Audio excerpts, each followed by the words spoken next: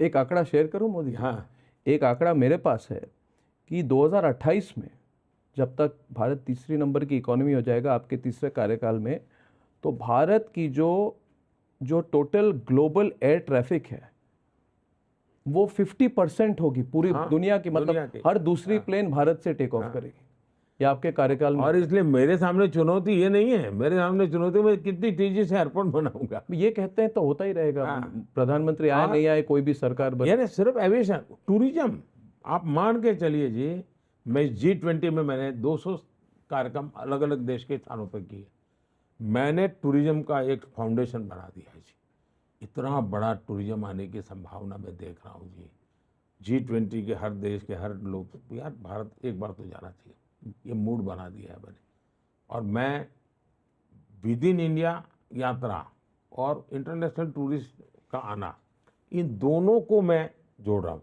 अब आप aviation sector देखिए, रोजगार के कितने अवसर बनेंगे।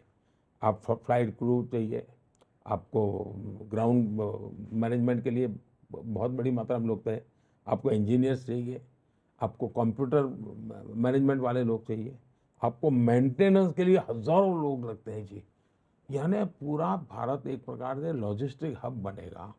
कितनी व्यवस्थाएं लगेगी, आप कल्पना कर सकते हैं जी। इतना ही नहीं जी, देश के नौजवान, यानी आप टीयर 1 टीयर 2 सिटी तक मत देखिए, आप गांव तक देखिए। भारत के नौजवान डॉक्टर इंजीनियर बनने की सपना ही नहीं देखता था। क्यों? कि उसको तो बेचारा पहले तो मुझे अंग्रेजी स्कूल में पढ़ना पड़ेगा, मेरे माँ बाप के पास पैसे नहीं, मैं अंग्रेजी स्कूल में कैसे पढ़ूंगा। मैंने निर्णय कर लिया, मातृभाषा में भी तुम डॉक्टर बन सकते हो, मातृभाषा में तुम इंजीनियर बन सकते हो, तुम्हें अंग्रेजी पढ़े बिना तुम्हारी रुकेगी नहीं। अब देखिए, मैं सोच रहा हूँ 2029 में मैं यूथ ओलंपिक भारत में करना चाहता हूँ, मैं बीच ओलंपिक भारत में करना चाहता हूँ, मैं 2036 ओलंपिक यहाँ करना चाहता हूँ। ये चीज़ें कोई शोकेस नहीं है जी, मेरे देश के मिजाज को बदल दे। G20 साहब, 8वीं कक्षा का बच्चा स्कूल में बोलता था G20 जी बिल्कुल। जबकि पहले लोगों को पता नहीं था G20। तो मैं मेरे देश के हर बच्चे को ग्लोबल माइंडसेट उसका तैयार कर रहा हूँ जी। एक के बाद एक मैं कदम वो उठा रहा हूँ जी। और तीसरा कार्यकाल, मुझे मेरे सबसे बड़ी मेरी भरोसे की ताकत है, ये बिलो 30 एज ग्रुप है जी। वो मेरे साथ जुड़ जाएगा, मैं पूरा विश्वास है मेरा। मैं मेरे देश से 20 to 30 वाला जो एज ग्रुप है ना, वही मेरे देश को आगे स्पीड मेरी बढ़ाने वाला है। दिख भी रहा था और जब दूसरा, जी। माताएं बहनें, जी। माताओं बहनों का जो रोल है वो पिछली शताब्दी में जो इतना हुआ है उससे सैकड़ों गुना बढ़ जाएगा जी। यानी हम कितनी तेजी से बढ़ेंगे इसका आप अंदाज कर सकते हैं जी। प्रधानमंत्री जी, जब आप प्रधानमंत्री बने थे पहली बार, तब सबने कहा था कि एक्सपीरियंस नरेंद्र मोदी जी की है गवर्नेंस में। जो आपको शुभचिंतक है, जो आपके क्रिटिक है, सब मानते थे, मगर कह रहे थे कि विदेश नीति ये समझ नहीं पाएंगे, ये बहुत कॉम्प्लेक्स मामला है, डिप्लोमेसी इन्होंने की नहीं है, जबकि आप कर चुके थे। मुझे याद है जब आप गए थे मुख्यमंत्री होकर, आप चाइना गए थे, एक बार आपसे बातचीत भी हुई थी उस समय। प्रधानमंत्री जी, आने वाले दिनों में ये और कॉम्प्लेक्स हो सकता है, क्योंकि 3 से 5, 5 से 10 ट्रिलियन, 10 से 15 ट्रिलियन ये जल्दी होगा और हम एक ग्लोबल कंपटीटर बन जाएंगे। इंडिविजुअली आप पर जो लोग कह रहे हैं कि प्रेशर बहुत बढ़ जाएगा, एक तरह से पश्चिमी देशों से प्रेशर बनेगा कि आप रूस से दूरी रखें, रूस से दूरी रखें, और एक तरह से चाइना से भी प्रेशर बनेगा क्योंकि इकोनॉमिक कंपटीशन और बढ़ जाएगी। तो कोल्ड वॉर 2.0 एक आने वाला है जिसमें भारत भी एक तरह से एक प्लेयर बन जाएगा। इसमें क्या नॉन अलाइनमेंट 2.0 वाली पॉलिसी चलेगी? आपने यूक्रेन के समय में देश हित वाली पॉलिसी चलाई, तो आप ये प्रेशर कैसे हैंडल करेंगे? क्योंकि ये बढ़ता जाएगा आने वाले दिनों में, ये आम अनुमान है।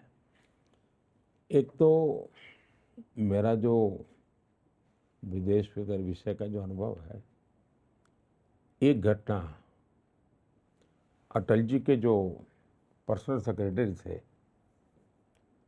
मिस्टर सिन्हा, उनका शक्ति सिन्हा, जी जी उनका स्वर्गवास हो गया। जी जी। उन्होंने किताब लिखी है और उस किताब में उन्होंने मेरा जिक्र किया है कि मैं पार्टी का काम करता था और न्यूक्लियर टेस्ट के बाद जो दुनिया में स्थिति बनी तो अमेरिका में इंडिया कोकस बनाने की दिशा में हम कैसे काम कर सकते हैं, उसका एक विस्तार से उन्होंने वर्णन किया। उसमें मोदी का क्या रोल था वो सारा उन्होंने लिखा है, और तब वो अटल जी के साथ काम करते थे। तो खैर वो तो एक अलग बात है।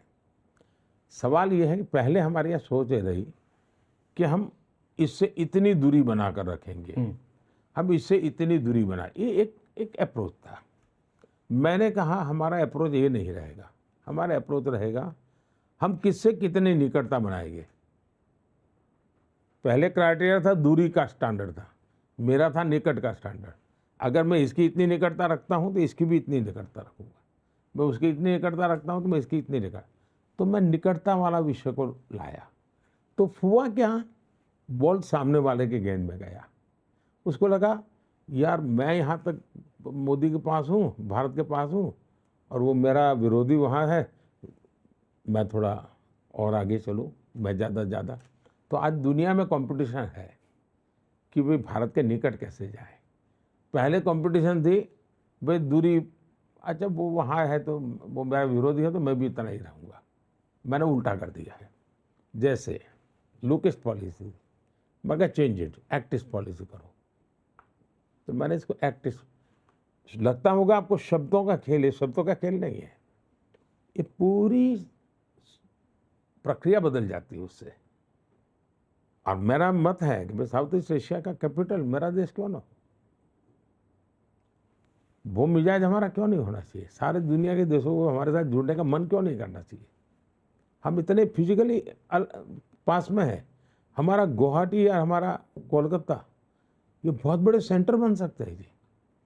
मैं मेरे कोलकाता को पूरे साउथ ईस्ट एशिया के लिए एक बहुत बड़ा आकर्षक स्थान क्यों न बनाऊं, मैं उस दिशा में सोचता हूँ। और मुझे लगता है कि भारत की प्रगति से किसी को खतरा नहीं है।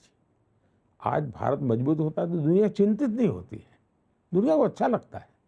भारत जितना आगे बढ़ता है लोगों को दुनिया का बोझ कम हो रहा है। अब हमने जो बदलाव लाया, हमने टॉयलेट बनाए, तो लोगों को लगता है दुनिया में टॉयलेट का जो आंकड़ा था सुधर गया।